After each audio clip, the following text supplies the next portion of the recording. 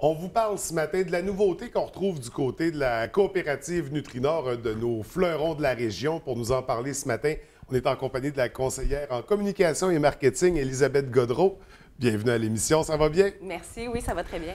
Écoute, on va remettre de l'ordre dans tout ça, dans la coop, parce que Nutrinor, on connaît bien le volet agroalimentaire, en fait, le producteur laitier.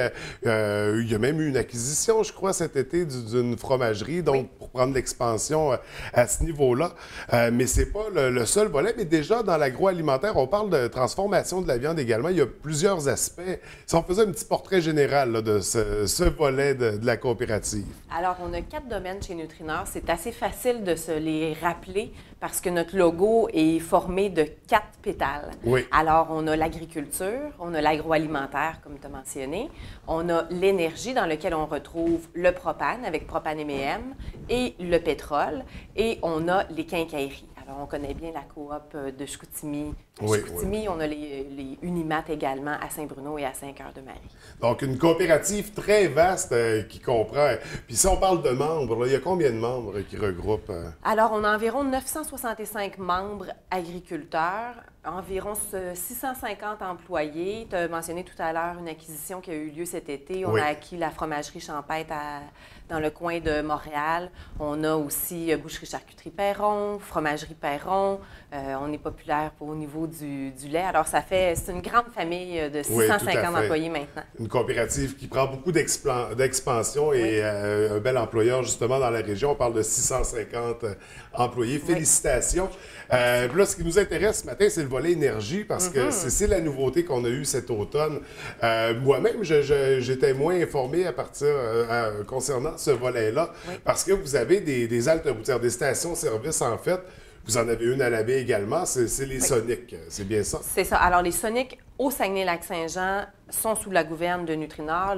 La marque de commerce Sonic n'appartient pas à Nutrinor. Okay. Elle appartient à d'autres compagnies. Alors, on va voir encore qu'on va sortir à l'extérieur des haltes-service, des stations-service Sonic. Mais au niveau de notre région, on va... on n'en verra plus. On n'en verra plus. Alors, on se donne un moment quand même de transition.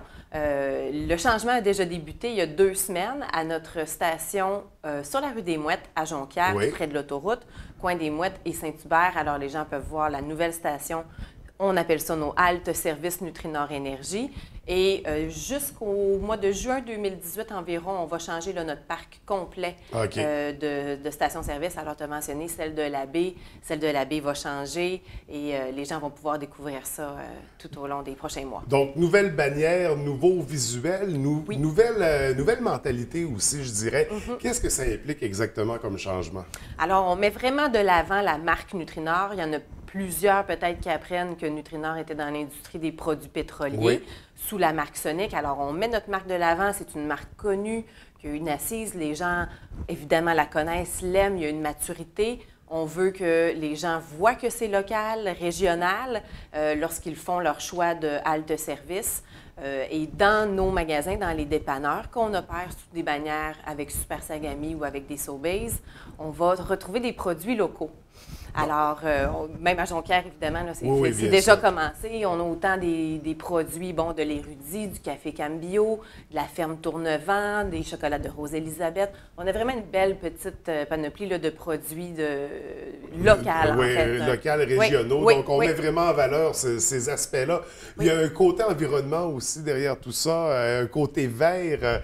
Comment ça se présente exactement? Alors, on a décidé de mettre un S à Nutrinor Énergie, alors un S à énergie, parce qu'on veut être ouvert aux nouvelles technologies. On veut avancer avec le consommateur et selon ses besoins, on va justement adapter nos haltes-services pour donner de l'énergie. Puis ça peut être autant au niveau pour se déplacer, pour se mouvoir, mais aussi au niveau de ce qu'on offre dans les dépanneurs, dans les heures de repos. Donc, on reste ouvert. Le développement durable, c'est vraiment un principe de gestion de Nutrinor depuis 2009 quand même. Alors, c'est très bien intégré là, dans nos valeurs puis dans nos principes. Et on reste ouvert. Les gens vont nous suivre, on va dévoiler ça au fur et à mesure qu'on va être prêt, mais on veut être à l'écoute des besoins des consommateurs. C'est vraiment la mission qu'on s'est donnée. Puis on a hâte de voir la transformation de toutes ces stations-là, puis justement être près des besoins des consommateurs. Il y a même un concept à tous les jeudis. Il y aura un service particulier. Ça va être quoi exactement? C'est bon, t'en as entendu parler. Alors, c'est les jeudis tout confort. Alors, jeudi, ça tombe bien, on est jeudi. Oui. On revient avec le service. Alors, on va avoir des pompistes qui vont donner un service aux pompes, un peu comme on voyait il y a quelques années, laver le pare-brise, regarder le niveau d'huile, etc. Et dans les dépanneurs, on va offrir des dégustations. OK. Donc, dépendamment de... Pour faire découvrir les produits locaux. Oui, c'est ça. Pour faire découvrir les produits locaux, les produits aussi de la coopérative Nutrinor. Les gens vont pouvoir peut-être même avoir des primeurs de temps en temps sur des nouveaux produits. Fait que c'est une belle expérience pour un jeudi et c'est à chaque semaine. Alors, les gens vont pouvoir aller faire leur plein avec le service de pompe. À partir du moment où on a changé la bannière, là, où on a changé le look, donc à compter de cette période-là, est-ce qu'on sait pour la station à la baie, c'est pour quand? Ou... C'est dans les prochains mois. Je ne serai pas en mesure de donner une date exacte, mais c'est certain que ça s'en vient là, de 2017-2018. Présentement, c'est celle de Saint-Bruno qui est en train d'être métamorphosée en Nutrinor Énergie. Puis le calendrier là, va suivre comme ça pour On parle changer le parc. de combien de stations au total dans la région? Au total, ça fait une vingtaine de stations. La moitié de cette vingtaine-là appartient à 100% à Nutrinor. Les autres sont des indépendants qu'on appelle, qu'on opère avec d'autres propriétaires. Alors, c'est certain que pour ceux-là, il y a des discussions là, qui ont lieu avec les propriétaires pour voir si on va faire une transition là, avec eux. Donc, vraiment une belle nouveauté, une nouvelle bannière régionale pour la coopérative Nutrinor, pour le volet énergie. Est-ce qu'on a d'autres nouveautés à surveiller dans les autres volets agriculture, agroalimentaire? Est-ce parce que l'on a parlé de l'acquisition de la fromagerie, bien sûr, qui crée de l'emploi, certainement.